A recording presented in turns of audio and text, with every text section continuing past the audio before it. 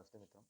आज हम अपने इस वीडियो में यज्ञ के स्वरूप और उसके इतिहास के बारे में चर्चा करेंगे और साथ ही साथ यह भी जानने की चेष्टा करेंगे यज्ञ शब्द के पीछे की वैज्ञानिकता क्या है, यज्ञ के पीछे के आध्यात्मिक महत्व क्या है। क्योंकि आज कुछ विधर्मी लोगों के द्वारा यज्ञ का जिस प्रकार मजाक बनाया जाता है, जबकि वहीं यज्ञ की बात करें तो सबसे सर्वश्रेष्ठ कर्म माना जाता है। चाहे वो आप वेद को उठा कर देख लें, चाहे वो दर्शन को उठा कर देख लें, चाहे उपनिषदों को उठा कर देख लें, यानी जितने भी हमारे धार्मिक ग्रंथ हैं, सब में यज्ञ को सर्वश्रेष्ठ कर्म माना गया। सतपथ ब्राह्मण की बात करें तो यज्ञ वह श्रेष्ठतम कर्म, यानी संसार का सबसे श्रेष्ठ कर्म वह यज्ञ को कहा गया। भगवान श्री कृष्ण भी मानते हैं कि यज्ञ सर्वश्रेष्ठ कर्म है, इसलिए वो गीता में अर्जुन को भी उपदेश देते हैं यज्ञ के संदर्भ में।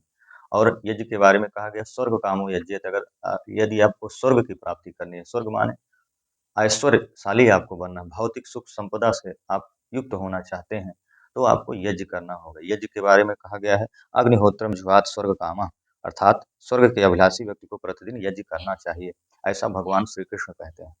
हमारी जो संस्कृति रही है वह याज्ञिक संस्कृति रही है, अर्थात हम चाहे कोई भी कर्म हो, चाहे शुभ कर्म हो चाहे अशुभ कर्म हो, सब में हम यज्ञ ही करते आए। आखिर इतना महत्वपूर्ण क्यों है, इसके पीछे की वैज्ञानिकता क्या है, इसके पीछे के आध्यात्मिक महत्व क्या है, आज हम जानने की चेष्टा करेंगे। सबसे पहले हम यज्ञ शब्द को जानते हैं।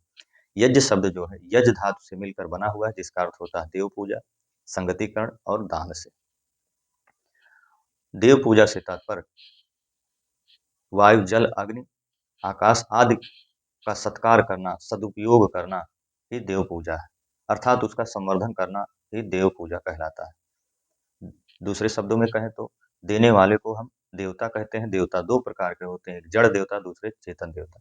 जड़ देव की पूजन हम अग्निहोत्र, हवन यज्ञ आदि से करते हैं, वही चेतन देव की पूजन हम पंचायतन पूजा कहते हैं। हमारे शास्त्रों में 5 प्रकार के यज्ञ का विधान किया गया है। पहला है ब्रह्म यज्ञ, जिसे हम संध्या या ईश्वर उपासना भी कहते हैं, यह मानसिक शुद्धि के लिए किया जाता है। दूसरा है देव यज्ञ, जिसे देव पूजन भी कहते हैं, जिसको अग्निहोत्र यज्ञ या हवन भी कहते हैं।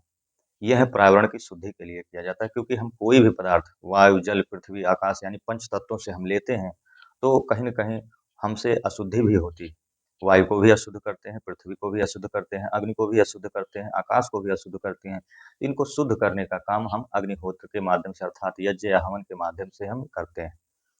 तीसरा यज्ञ, जिसे पितृ यज्ञ कहते हैं, माता-पिता या गुरुजन की सेवा शुश्रूत या बुजुर्ग जन की सेवा शुश्रूत करना ही हम पितृ यज्ञ उसे कहते हैं।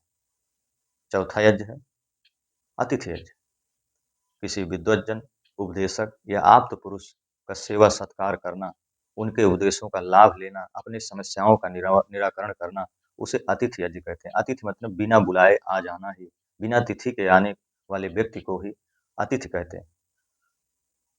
पांचवा यज्ञ बलिवेश यज्ञ, हमारे ऊपर आश्रित जीव जंतुओं को उनके अपने भोज्य पदार्थों से उनके लिए भोजन निकालना ही बलिवेश यज्ञ है। ये 5 यज्ञ हमारे लिए महत्वपूर्ण बताए गए हैं। अब इसमें हम थोड़ा-सा अग्निहोत्र यज्ञ के बारे में चर्चा करेंगे, क्योंकि अग्नि का वह गुण होता है डाले गए पदार्थों को अणु परमाणुओं में विभक्त करके वह संपूर्ण पर्यावरण में फैला देता है। इसलिए हम जड़ देवता की पूजा हम अग्निहोत्र के माध्यम से करते हैं। यज्ञ को अध्वर भी कहा जाता है, जिसको जिसको करने में हिंसा नहीं होती है। और जबकि आज जिस प्रकार विधर्मी लोगों के द्वारा यह अफवाह फैलाया जाता है, यज्ञ में बलि प्रथा थी, ये थी, वो थी, जबकि वेदों में कहीं भी इसका कोई विवरण नहीं मिलता है। यज्ञ एक श्रेष्ठ कर्म है, जिसे अध्वर भी कहा जाता है, अर्थात जिसमें किसी भी प्रकार की हिंसा ना हो, उसे यज्ञ कहा जाता है। यज्ञ को हवि भी कहा जाता है। हवि मतलब अर्थात विष को हरने वाले को भी हम हवि कहते हैं। दूसरे शब्दों में कहें, इसे यज्ञ क्यों कहा जाता है और अग्निहोत्र क्यों कहा जाता है, हवन क्यों कहा जाता है, इसको जानने की हम चेष्टा करेंगे। जिस कर्म में परमेश्वर का पूजन, विद्वानों का सत्कार और सुगंधित पदार्थों से दान किया जाता है, यानी अग्नि में डाला जाता है, उसे हम यज्ञ कहते हैं। अग्निहोत्र शब्द के बारे में बात करें, अग्नि और होत्र 2 शब्द से मिलकर बना हुआ है।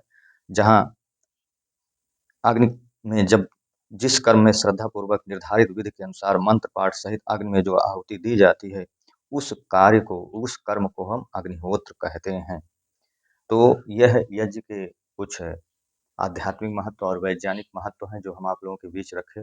यज्ञ से अगर आज देखिए कि आज जितनी भी पर्यावरण पर अशुद्धियाँ हो रहे हैं, वह यज्ञ से दूर होने के कारण। यदि हम वेदों के महत्व को जानें या वेदों की आज्ञा को पालन करें, तो प्रतिदिन हम यज्ञ करते थे। हमारे पूर्वज जो थे प्रतिदिन यज्ञ करते थे, सायंकाल और प्रातः काल।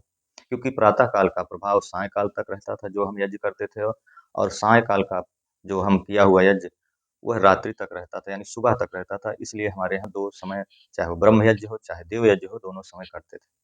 अग्निहोत्र का विशेष महत्व यह है क्योंकि इससे हमें पर्यावरण शुद्धि होती थी, और यह से हमारा जो आज प्रदूषण और तमाम प्रकार के ग्लोबल वार्मिंग फैल रही है, इससे हमें मुक्ति मिलती थी।